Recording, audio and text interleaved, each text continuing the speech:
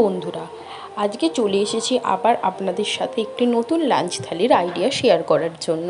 তো প্রথমেই থালার মধ্যে নিয়ে নিলাম কিছুটা বাটি চাপা দিয়ে ভাত, তার উপরে দিয়ে দিলাম একটুখানি মাছের তেল।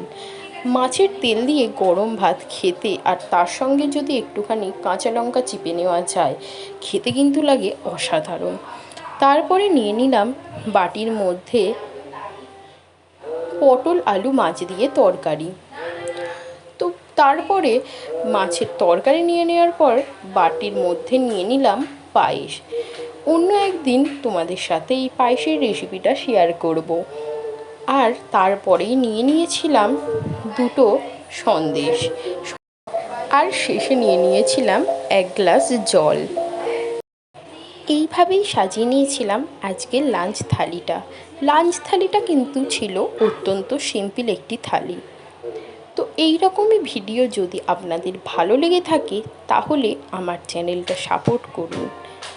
ধন্যবাদ।